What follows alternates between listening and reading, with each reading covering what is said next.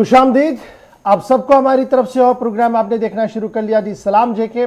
और सलाम जेके की आज की नशरियात लेकर आपका मेज़बान इशफाक और हस्बे वादा आपके सामने हाजिर खिदमत है। उम्मीद है कि आप रूबसेहत होंगे, आप सही सलामत होंगे और हमारी नशरियात को बराबर देखेंगे 10 बजे तक, क्योंकि आज की नशरियात में जम्मू कश्मीर से लेकर दिल्ली और दिल्ली से लेकर पाकिस्तान की हर छोटी बड़ी खबर पर हमारी गहरी नज़र है। आपको पल पल का अपडेट ज़रूर करेंगे।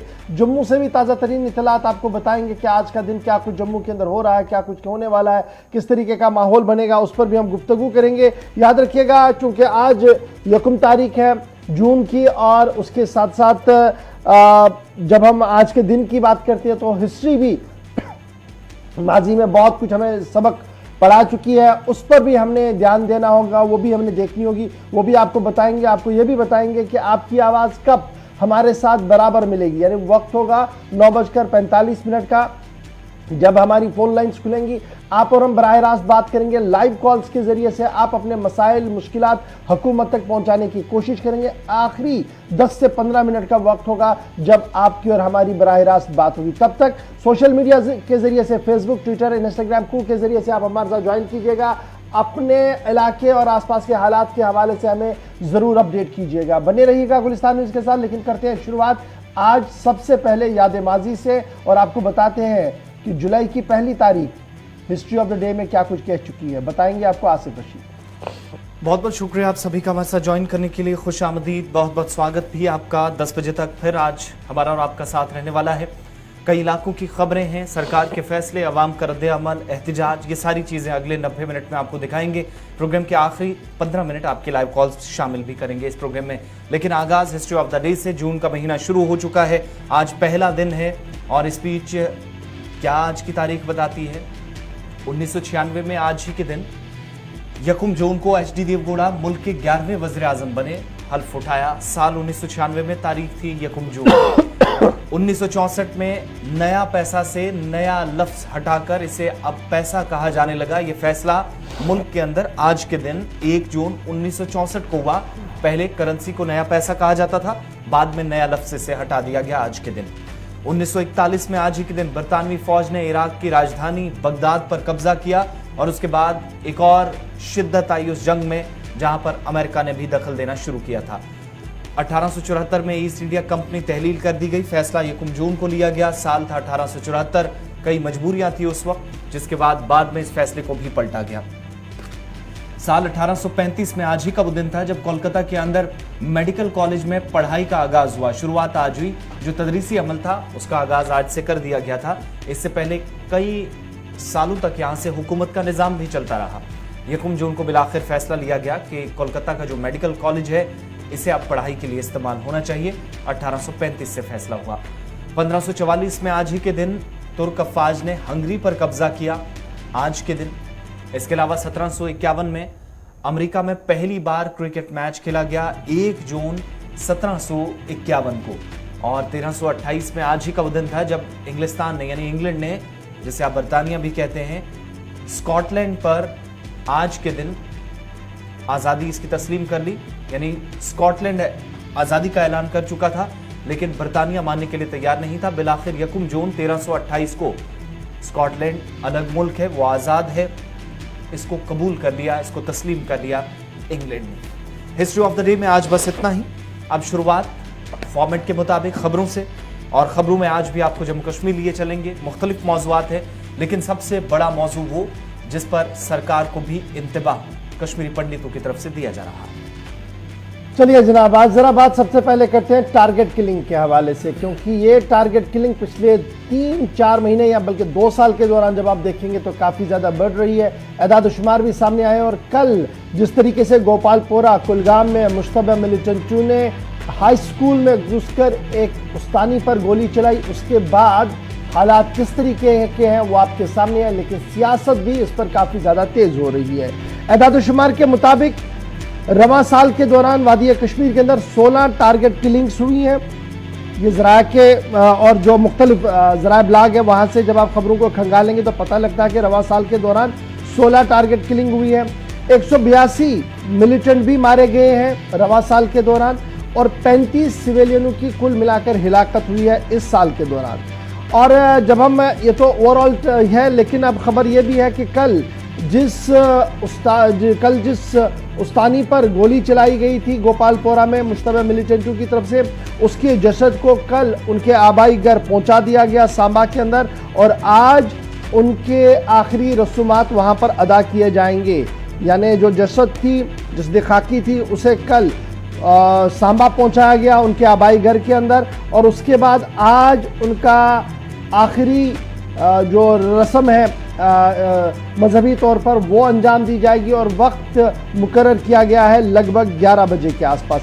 लेकिन कल से ही जब हम कुलगाम के इंसिडेंट की बात करते हैं जहां पर ये फायरिंग का वाकया पेश आया था, तो कल से लेकर श्रीनगर शहर के अंदर जो कश्मीरी पंडित माइग्रेंट्स हैं जो लगातार पीएम पैकेज के तहत आर्जी मुलाजमत हासिल कर चुके थे, चाहे श्रीनगर हो, चाहे कुलगाम हो, चाहे नॉर्थ हो, साउथ हो, वहां पर सरापा एहतिजाज थे। और कल हमने देखा कि शेखपुरा बडगाम के अंदर जो कश्मीरी पंडित माइग्रेंट्स थे वो बाहर आए और उन्होंने काफ़ी देर तक श्रीनगर एयरपोर्ट रोड पर धरना दिया, और धरने के दौरान उन्होंने अल्टीमेटम भी सरकार से दिया कि आखिर कब तक ये पूरा मामला चलेगा। सीधे इस वक्त चलेंगे सांबा, क्योंकि सांबा से हमारे साथ ऋषि इस वक्त ज्वाइन कर चुके हैं जहां पर आखिरी रसूमात अदा किए जाएंगे। लेकिन खबर यह है कि एहतिजाज की धमकी भी सामने आ चुकी है। ऋषि, बहुत शुक्रिया जी ज्वाइन करने के लिए। फटाफट से जरा अपडेट कीजिएगा, क्या कुछ अभी सूरत हाल है? सुबह से रात कितने बजे उनकी लाश अपने वहां के घर पहुंची, और क्या कुछ पॉलिटिकल लीडर्स की तरफ से कहा जा रहा है? क्योंकि खबर आज ये भी है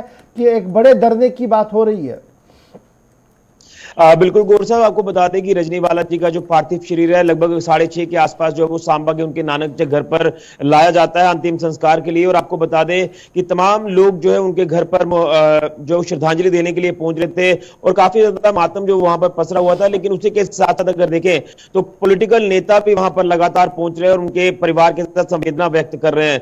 और अब बताया जा रहा है कि 11 बजे के आसपास जो उनका अंतिम संस्कार कर दिया जाएगा, जिसके चलते तमाम लोग उनके घर पर श्रद्धांजलि देने जो पहुंच रहे हैं। लेकिन खबर यह भी सामने आ रही है कि उनके परिवार के सदस्य जो हैं अपने जो उनके और लोग हैं उनके साथ मिलकर जो वो प्रोटेस्ट करने जा रहे हैं। उसका वक्त भी बताया जा रहा है कि लगभग 9:30 के आसपास जो वो शायद हो सकता है कि हाईवे को ब्लॉक करें और अपनी मांगे जो है वो प्रशासन के आगे रखें, क्योंकि कहीं ना कहीं कल उनको काफी ज्यादा हौसला दिया गया था प्रशासनिक अधिकारियों की तरफ से कि आपकी हर संभव मदद जो वो की जाएगी। लेकिन टारगेट किलिंग को लेकर लगातार पिछले दिनों से जो हालात कश्मीर घाटी में बने हुए हैं, निहत्थे लोगों को निशाना बनाया जा रहा है, और उसी के चलते अब ये प्रोटेस्ट जो है वो किया जाएगा परिवार की तरफ से अंतिम संस्कार से पहले। लेकिन कहीं ना कहीं आपको बता दें कि कल जिस तरह से हमने उनके हस्बैंड से भी बात की रजनीवाला जी के, तो वो साफ तौर पर कुछ ऐसी बातें करते नजर आ रहे थे कि उनको शायद एक घुटन वहां पर महसूस हो रही थी जब से टारगेट किलिंग वहां पर हो रही थी। तो उन्होंने बताया कि मेरी मैडम का जो स्कूल था वहां पर पहले भी इस तरह का एक वाकया जो वो हो चुका है टारगेट किलिंग का, उस इलाके के आसपास का अकरन इलाके का वो जिक्र कर रहे थे। और वो हायर अथॉरिटी से लगातार एक गुहार लगा रहे थे कि सीईओ से वो गुहार लगा रहे थे कि हम दोनों की ट्रांसफर जो वो कर दी जाए या फिर हमें एक ही स्कूल में जो वो रखा जाए। और बताया जा रहा है कि कल का जो इंसिडेंट हुआ है, इंसिडेंट ठीक 12 घंटे पहले जो वो देर रात को एक ऑर्डर आता है कि उन दोनों की ट्रांसफर जो वो कर दी जाती है, यानी एक ही स्कूल में उन दोनों को जो वो एडजस्ट कर दिया जाता है। और वो काफी खुश नजर आए लगभग 1:30 बजे रात को, जो पूरी बात उन्होंने हमसे बताई। लेकिन सुबह होते होते जब हस्बैंड उनको स्कूल छोड़ने जाते हैं, तो स्कूल छोड़ के जब वो वापस मुड़ते हैं तो पीछे से ये वारदात जो वो टारगेट किलिंग की हो जाती है। तो उन्होंने कहा कि कहीं ना कहीं हो सकता है कि इसके पीछे कोई रैकी कर रहा हो, इस तरह की कई चीजें जो वो सामने आ रही हैं। और टारगेट किलिंग के बाद लगातार उनके मन में एक भय का माहौल बना हुआ था, लेकिन उन्हें ये सोचा नहीं था कि कभी इनके साथ ये हादसा, ये वारदात जो पेश आ जाएगी। लेकिन अब थोड़ी देर में जो अंतिम संस्कार कर दिया जाएगा पूरे सम्मान के साथ। प्रशासनिक अधिकारी वहां मौके पर जरूर है, पुलिस अमला वहां पर मौजूद है, लेकिन जो अभी कुछ देर पहले ही ये अपडेट आया है कि वो प्रोटेस्ट भी करने जा रहे हैं। तो अब देखना यह है कि क्या कुछ वो मांगे वहां पर रखते हैं। वो शामिल तो होने जा रहा, लेकिन क्या लेफ्टिनेंट गवर्नर के दफ्तर से, राजभवन से या कोई डिविजनल प्रशासन का कोई अधिकारी वहां पहुंचने वाला है? किस किस की शिरकत अंतिम संस्कार में होने जा रही है? देखिए, हो सकता है कि आला अधिकारी जो वो मौके पर पहुंचे। हालांकि कल जो वो जम्मू कश्मीर पुलिस के डीजी माफ कीजिए डीआईजी जम्मू कठुआ रेंज विवेक गुप्ता जरूर पहुंचे थे। जिला प्रशासन सांबा का तमाम अमला यहां पर पहुंचा हुआ था, लेकिन अगर एलजी प्रशासन के दफ्तर की बात करें तो वहां से कोई ऐसा नुमाइंदा सामने नहीं आया। लेकिन आज हो सकता है कि अंतिम संस्कार में वो वहां पर शिरकत करें। लेकिन अब देखना यह है कि मांगे क्या कुछ रहती हैं, क्योंकि उनके हस्बैंड एक चीज और बता रहे थे कि अब मेरी बच्ची अकेली रह गई है तो मैं कश्मीर में अपनी बच्ची को नहीं पढ़ाऊंगा। उसकी सिक्योरिटी को लेकर भी एक थ्रेट बन चुका है, मेरी सिक्योरिटी के लिए भी एक थ्रेट बन चुका है। तो लिहाजा वो चाहते हैं कि एक ट्रांसफर पॉलिसी के तहत जो है वो उनको जम्मू में वापस लाया जाए और उनको यहीं पर कहीं एडजस्ट किया जाए। इस पर क्या कुछ वहां 9 बजे होगा। फिलहाल खबर यह है कि 9 बजे के आसपास धरने की भी खबर आ रही है। लेकिन ये टारगेट किलिंग का जब आप देखेंगे तो फरवरी का महीना था जब 2021 जब टारगेट किलिंग का सिलसिला शुरू हुआ, कृष्णा डाबा के अंदर फायरिंग हुई और वहां पर जो जख्मी हुआ था वो बाद में दम तोड़ बैठा। पहली खबर कृष्णा डाबा से शुरू हुई थी। फिर 5 अक्टूबर 2021 को एमएल बिंद्रू, मारूफ नाम था श्रीनगर का, बल्कि वादी कश्मीर का, उनकी दुकान में फायरिंग हुई और किस तरीके की सूरत हाल बनी आपके सामने है। उसके फौरन बाद सुपिंदर कौर जो प्रिंसिपल थी government boys higher secondary school Sangam की, और उसके साथ साथ दीपक चंद जो उस्ताद थे, टारगेट किलिंग के तौर पर उन्हें मारा गया। उसके बाद जब आप और इसको खंगाल कर देखेंगे तो इंसिडेंट्स रुकते नहीं हैं और फिर चलते चलते अमरीन भट्ट तक वो इंसिडेंट पहुंचते हैं।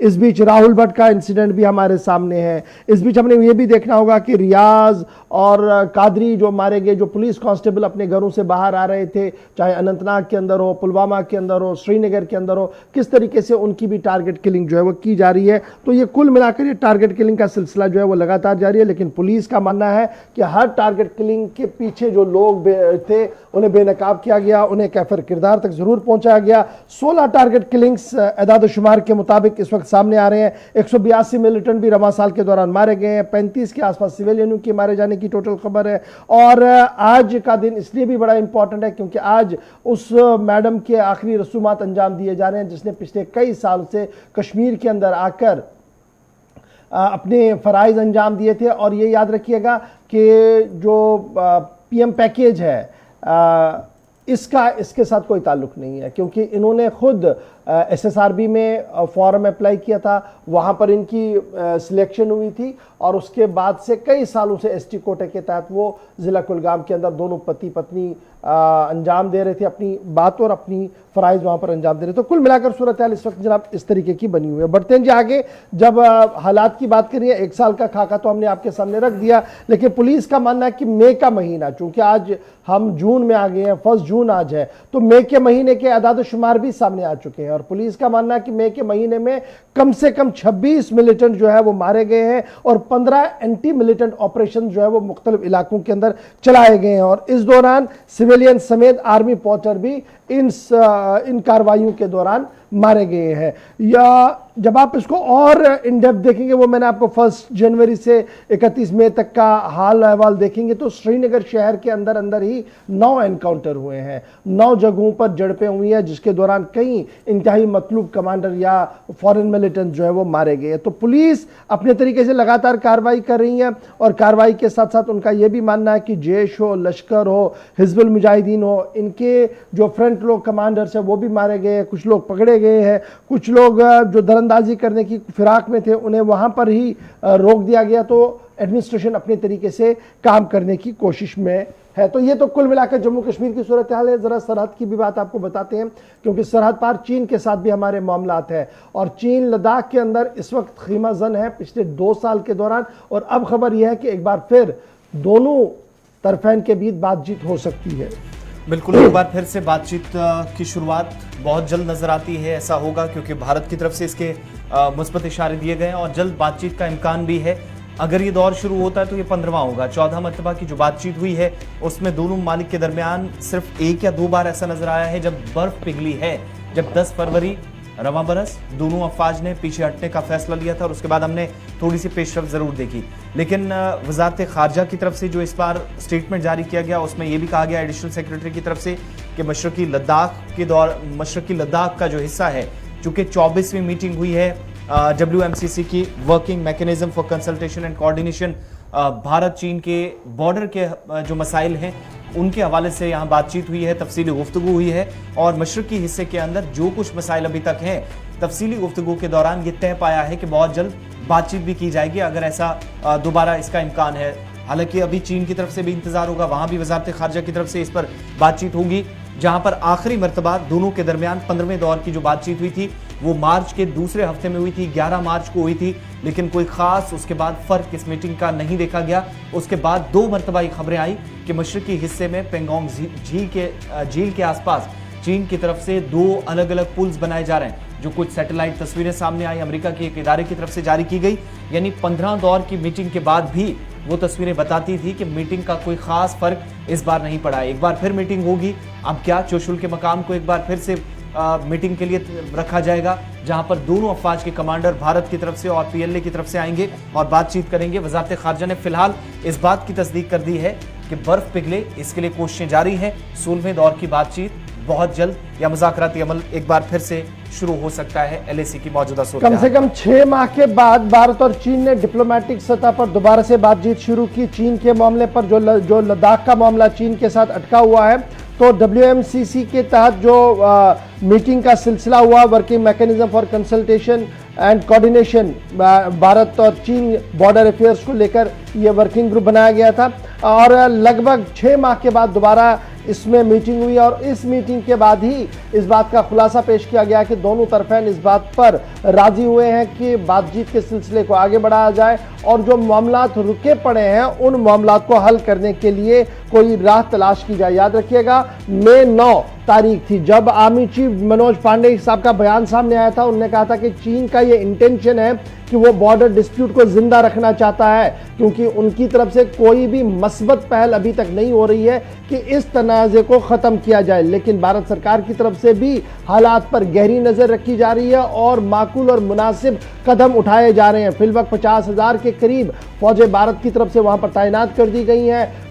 लेटेस्ट इक्विपमेंट्स, गैजेट्स और हथियार जो है वो लद्दाख की सरहदों पर पहुंचा दिए गए हैं। फिजा से लेकर ज़मीन तक हर तरह से नज़र रखी जा रही है चीन पर और इस बीच जो सैटेलाइट इमेज आ रही है, कई बार उन पर वजारत खारजा, वजारत दिफा ने खामोशी भी इख्तियार की और कई बार उनका जवाब भी दिया है। ताहम सूरत हाल ये है जो 9 मई को आर्मी चीफ की तरफ से साफ कर दिया गया था कि फिलहाल ज़मीनी सतह पर कोई बड़ी पेशरफ्त होते हुए नहीं नजर आ रही है, लेकिन बर्फ पिघले इसकी उम्मीद कल वर्किंग ग्रुप की तरफ से की गई है, जब उन्होंने भारत और चीन के साथ मिलकर एक बार फिर मसले को हल करने के लिए पेशकदमी की इजाज़त दे दी है। और माना जा रहा है कि अब बहुत जल्द कमांडर लेवल की मीटिंग लद्दाख के अंदर होगी, जिसमें मजीद काम आगे बढ़ाने के लिए कोशिशें की जाएंगी। चलिए, एक तरफ की बात थी, लेकिन साथ ही साथ बात जरा वज़ीर खारजा डॉक्टर एस जयशंकर की भी बताते हैं आपको, जिनका एक बयान सामने आया गोवा में, जहां पर एक तकरीब का वो हिस्सा थे और अपनी स्पीच के दौरान उनने मौजूदा सूरत हाल पर और दहशतगर्दी के वाक़यात पर भी बात की। हालांकि अलग अलग जो यहाँ पर तमाम लोग पहुँचे थे जिन लोगों की तरफ से इस तकरीब का हिस्सा बनकर जिनने अपनी बात रखी, लेकिन वज़ीर खारजा की तरफ से क्या कहा गया कि मौजूदा वक्त में दहशतगर्दी के खिलाफ जो जंग जारी है, जो शिद्दत से इस वक्त लड़ाई चल रही है, उसमें उम्मीद है कि बहुत जल्द कामयाबी भारत को हासिल होगी, उन तमाम इदारों को होगी, उन तमाम एजेंसीज को होगी जो इससे मुंसलिक हैं और दहशतगर्दी के खात्मे के लिए इकदाम किए जा रहे हैं। दूसरी बात उनने मिलिटेंसी के हवाले से कही कि ये जो टेररिज्म का दौर है वो एक दिन या एक रात में ख़त्म होने वाली चीज़ नहीं है, जिसके लिए एक लंबी लड़ाई है और उम्मीद है जिस लड़ाई को पॉजिटिव पॉइंट के साथ शुरू किया गया था वो पॉजिटिव साइंस के साथ ख़त्म हो। गोवा की इस तकरीब में उनकी स्पीच का ये हिस्सा इसलिए भी अहम था क्योंकि मौजूदा वक्त में जहाँ पर LAC की अपनी सूरत हाल हम बता रहे हैं कि वजारत खारजा ने क्या बयान इस पर जारी किया है, तो दूसरी तरफ जम्मू कश्मीर की ताज़ा तरीन सूरत हाल और इस ताल्लुक से मौजूदा वक्त में जो भारत सरकार हो, भारत के तमाम इदारे हों जो दहशतगर्दी के खिलाफ अमन व अमान को बरकरार रखने के लिए कोशिशें जारी रखे हुए हैं, उन पर उन्होंने बात करते हुए कहा कि लड़ाई जारी है, जंग में कोई कमी नहीं है और उम्मीद ये करते हैं कि जिस तरीके से जंग का आगाज़ हुआ था उस दहशतगर्दी के खिलाफ या इसके फ़रोग देने वालों के खिलाफ वो ज़रूर कामयाब होगी और ऐसा भी ना माना जाए कि ये कार्रवाई करते करते किसी एक रात या किसी एक दिन में मिलिटेंसी का खात्मा मुमकिन है। ये बड़ा डिप्लोमेटिक स्टेटमेंट है, क्योंकि फॉरेन मिनिस्टर है और उन्हें पता है कि मैंने बताना किधर है और इस बात का वजन कहाँ कहाँ पर बढ़ेगा। पहली बार मैंने सुना कि वज़ीर ख़ारिजा साहब ने बराह रास्त कश्मीर से मुखातिब होते ये कहा कि हालात जनाब ठीक करने की कोशिशें हो रही हैं, लेकिन आप चुटकी बजाकर ये समझेंगे कि शायद कल मिलिटेंसी ख़त्म होगी, ऐसा नहीं है। क्लियर पॉलिसी है ये, इस बात को ज़रा समझने की ज़रूरत है और उन लोगों को भी समझने की ज़रूरत है जो बार बार कई स्टेटमेंट्स देते हैं। वज़ीर ख़ारिजा साहब कह रहे हैं कि मिलिटेंसी चुटकियों में ख़त्म होगी, ऐसा मुमकिन नहीं है, क्योंकि सरहद पार जो लोग हैं वो लगातार कोशिशें करी है। नाम उन्होंने नहीं लिया, लेकिन ये बात उन्होंने इशारों में समझाने की कोशिश की है। दूसरी बात उन्होंने कहा कि जिस तरीके से हम सिचुएशन को हैंडल कर रहे हैं और जिसके असरात दिख रहे हैं, ये जंग लंबी है, इस जंग को जारी रखा जाएगा। यानी अभी कुछ और इंतजार करना होगा जम्मू कश्मीर में अमन के लिए, और वो अमन कब कायम होगा उसका इशारा कल आपको वज़ीर ख़ारिजा के बयान से सामने आ चुका होगा। बढ़ते हैं जी आगे, बात जरा करते हैं अब जम्मू कश्मीर लद्दाख हाई कोर्ट की भी, क्योंकि खबर इस वक्त सामने आ रही है कि मरकजी वजारत दाखिला की मंजूरी के बाद अब बहुत जल्द एक और जज साहब की तकर्री जम्मू कश्मीर लद्दाख हाई कोर्ट के अंदर होने जा रही है, और सीनियर एडवोकेट वसीम नागराल को बहुत जल्द जम्मू कश्मीर हाई कोर्ट के जज की हैसियत से तैनात किया जा सकता है। वज़ीर-ए-आज़म दफ्तर ने पहले ही वसीम नागराल के नाम की अप्रूवल दे दी है, और वसीम की अपॉइंटमेंट के हवाले से वजारत कानून व इंसाफ की तरफ से अब नोटिफिकेशन जारी होगी, जिसके बाद सदर हिंद के दस्तखत भी उस पर किए जाएंगे। वज़ारत कानून व इंसाफ की तरफ से नोटिफिकेशन बहुत जल्द जारी होगी, इस तरीके की उम्मीद जो है वो लगाई जा रही है। और ये याद रखिएगा कि सीनियर एडवोकेट जनरल रह चुके हैं वसीम नागराल, और बाज़ाब्ता तौर पर Jammu Kashmir high court collegium जो है उन्होंने 2017 में इस नाम की तजवीज़ की थी कि इन्हें इवेलुएट किया जाए, इनकी पोजीशन और मजबूत की जाए और उन्हें जम्मू कश्मीर हाई कोर्ट के लिए जज नामजद किया जाए। लेकिन उस वक्त सुप्रीम कोर्ट कॉलेजियम ने उसके बाद 2018 में इसको मंजूरी दी थी। सेंट्रल गवर्नमेंट की कुछ एतराज़ात थे, फाइल रिटर्न की गई थी सुप्रीम कोर्ट के कॉलेजियम को, जिन्होंने दोबारा से इसको पुशबैक किया फिर 18 में, और अब जाकर 2022 में इसकी क्लियरेंस लॉ मिनिस्ट्री की तरफ से दी गई है, प्राइम मिनिस्टर ऑफिस की तरफ से दी गई है। और माना जरा कि नागराल साहब, सादिक नागराल जो हैं वो बहुत जल्द जम्मू कश्मीर लद्दाख हाई कोर्ट के जज नामजद होंगे और उस सिलसिले में तकर्री उनकी होगी। इनका ताल्लुक ज़िला कटरा से है, और जब advocate general Jammu Kashmir high court के अंदर थे तो वजारत दाखिला को देखते थे, होम मिनिस्ट्री को देखते थे। उसके साथ साथ नागराल साहब जो है वो जम्मू कश्मीर एजुकेशन डिपार्टमेंट को भी एज एडवोकेट जनरल के तौर पर रिप्रेजेंट कर चुके, और कई अहम और बड़े फैसलों में उनकी आरा को माना जा रहा कि काफ़ी मोतबर आरा उनकी तरफ से दी गई थी, और उनका जो कैरियर रहा है उस कैरियर को देखते हुए कॉलेजियम चाहे हाई कोर्ट का हो या सुप्रीम कोर्ट का हो, उन्होंने रिकमेंड किया था इनके नाम को। और बहुत जल्द एक और जज वसीम नागराल साहब जिनका ताल्लुक कठुआ से है, वो जम्मू कश्मीर लद्दाख हाई कोर्ट के जज नामजद हो सकते हैं, और सिर्फ इंतजार है नोटिफिकेशन जारी होने का, जो किसी भी वक्त किया जा सकता है। चलिए, वक्त यहाँ पर छोटे से ब्रेक का है। ब्रेक के उस पार जब वापस आएंगे तो आपको बताएंगे कि सरकार हुकूमत में या इक़्तिदार संभालने के बाद 8 वर्ष की खुशियां मना रही है। मरकज के ज़ेर इंतज़ाम जम्मू कश्मीर में क्या हुआ, इन 8 वर्षों में वो रियासत भी बनी, रियासत के 2 हिस्से भी हुए, और कौन सी ऐसी अचीवमेंट्स हैं जिस पर बात करना ज़रूरी है वो आपको बताएंगे। जो बड़े फैसले कुछ सरकार के हैं और इसके असरात कैसे जम्मू कश्मीर और लद्दाख पर मुरतब हुए। बड़ी बात यह है कि सरकार की इन बड़ी कामयाबियों के साथ साथ कमियां भी जरूर हैं, जिस पर अवाम के तासुरात भी हमेशा सामने आते रहे हैं। वो सारी डिटेल्स आपके सामने रखेंगे, पूरी खबर क्या है, और 2014 से 2022 तक जम्मू कश्मीर में मुल्क के बाकी हिस्सों के मुकाबले क्या बदला है, क्या कम हुआ है, क्या ज्यादा, सारी तफसीलात आपके सामने ब्रेक के बाद।